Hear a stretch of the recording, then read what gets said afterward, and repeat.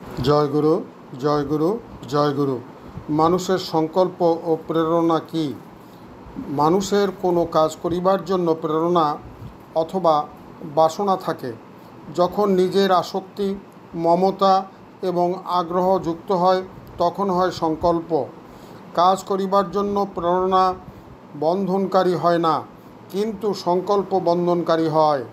যেমন ভগবানের সংকল্পে আসক্তি ও আগ্রহ থাকে না, নিজের জন্য কিছু পাওয়ার ইচ্ছা থাকে না, তা হলো প্রেরণা। প্রেরণাকেই সংকল্প বলা হইয়াছে। সংকল্পের আধার হলো অজ্ঞান ও বিবেক। যে মানুষের বিবেক পরিশুদ্ধ হয় নাই, তাহারাই সংকল্প করে। সংকল্প থেকে হয় কামনার সৃষ্টি। মন এবং বুদ্ধি যখন এর সাথে যুক্ত করে, তখন তার মধ্যে সংকল্প বিকল্প দৃষ্টি হয়। ক্ষুধা প্রাণের ধর্ম, স্বয়ং ক্ষুধার নয়।